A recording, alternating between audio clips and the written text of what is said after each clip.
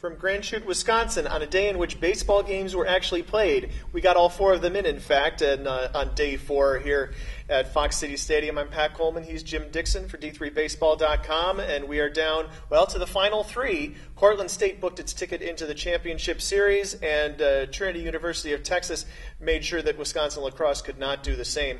So Trinity and Wisconsin lacrosse will try it one more time on Tuesday morning while Cortland awaits the winner. But Jim, starting back at the beginning of the day, first of all, just not even necessarily knowing that we would be able to get 4 games in today, but we did, starting with Frostburg State eliminating Ramapo in an elimination game. Bennett Schultz comes in, gets the start, picks up his 10th win. He goes 8 1/3, and just a tremendous outing for him in the first game of the day today. It really was. Frostburg showed that they deserved to get another chance at Cortland.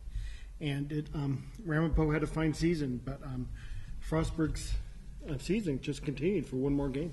It did. That second game, Ryan Callahan gets the start. He goes through the Cortland order the first time through and a little bit, and does pretty well. He goes 4 scoreless innings, kind of a wiry little left-hander, a bit of a herky-jerky motion, but then Cortland just basically unloaded on him in the 5th inning. Fabio Ricci had a double and a triple in the inning alone. SUNY Cortland sent 15 batters to the plate. They scored 11 runs, and frankly, from that point, other than some things which we will still talk about, it was almost all she wrote right there. It really was, and what really showed the character on Cortland's team is they came back the next inning, and they sat there and attacked 2 more on. And it's when you get a big inning, you want to be able to show them that that's not all that there is, that there's still going to be more runs being scored. We might talk more about big innings here in the next few minutes as well. Matthew Mikulski goes 4 for 4 with a pair of runs scored and a pair of RBIs for Cortland. Every starter that Cortland threw out there got a hit.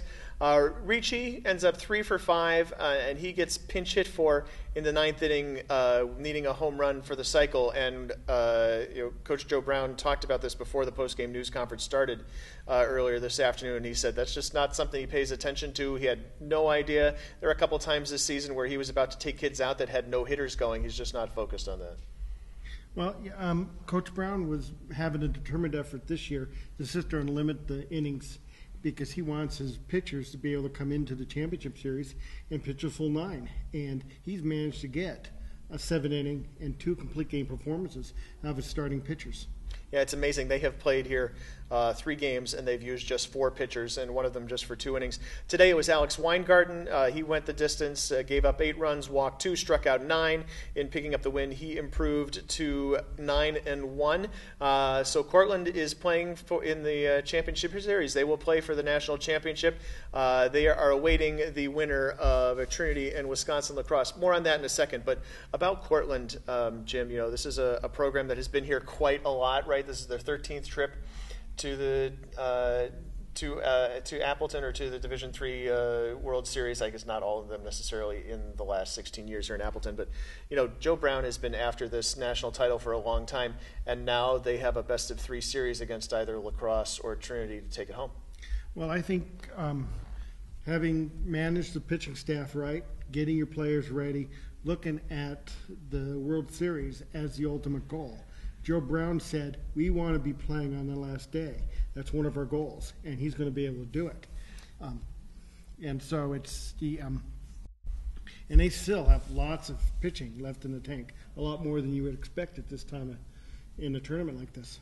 Yeah, expect to see left-hander Brandon McLean take the mound in Game 1 of the championship series tomorrow. That game begins 50 minutes after the conclusion of the Trinity-Wisconsin lacrosse game. Trinity got into that game by pounding out the bats against Emory, 18 hits, 6 runs in the first 3 innings, chased starter Hans Hansen for Emory after 2 innings, and a succession of relievers were not that much more effective, while Zach Spear, the starter for the Tigers, went 7 2/3, gave up 1 run, walked run, gave up 6 hits, and struck out 7 to improve to 8-2, tying the career record for wins at Trinity with his 25th. And then in the nightcap, Trent Rape got spotted to an 11-run lead, or an 11 runs in the first 3 innings, an 11-2 lead after 3, and really Trinity kind of coasted to the win at that point. 16-6 ended up being the final. But just to talk about, Jim, how well Trinity came out and swung the bats today, and how they've swung the bats all series. They really have. They're scoring a lot of runs. And when you get to this time of the series, pitching starts to get a little bit short. You're looking at your number 3s, number 4 pitchers. And so the hitters are really going to start to dominate. And we saw that from Trinity today. I know it was going on 4 hours ago, but you go back to the very top of the first inning of this game. Troy Kinkle gets the start for La Crosse. He strikes out the first 2 batters, and he's one strike away from striking out the side. He goes full count on Jeremy Wolf. Wolf ends up getting the walk. Drew Butler follows with a 2-run homer immediately, and it seemed like the momentum really turned right there. It really was a momentum shift.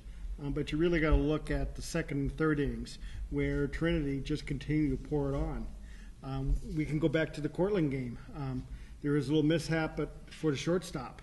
Allowed a couple runs to score. Yep. But, all of these teams are going to be capable to come back from a 2 or 3 run deficit. But once you start pouring on the runs, once you start building them up, it gets harder and harder to come back from. The big offensive numbers for Trinity in that second game. Connor Moore, 4 for 6, 5 runs batted in, 4 runs scored. I think we might see him on the D3Baseball.com all-tournament team at shortstop. He's had a great series for the Tigers. Jeremy Wolf, 4 for 5, including that walk that started that first inning rally. Drew Butler, 2 for 4 with the homer, 4 runs batted in. I mean, really, once again, just like in the first game that they played today, in the second game too, Trinity get production all up and down the lineup. It really is. It's up and down, and you're going to look for them to swing the bats just as well tomorrow. And I think that they're going home today. They're going to get some sleep, and they're going to be thinking they're going to get more sleep than we get. But they're going to come back, and they're going to be roaring to go. And you know that they have a lot of confidence in their ability to score runs. So that game starts at 11 a.m. on Tuesday. You expect to see Shaka come back around and get the start at this point. I think La Crosse showed that they really just had the 3 pitchers, and even maybe just the 2. It's really hard to say. If you win this game, you still need 1 or 2 more pitchers left. So.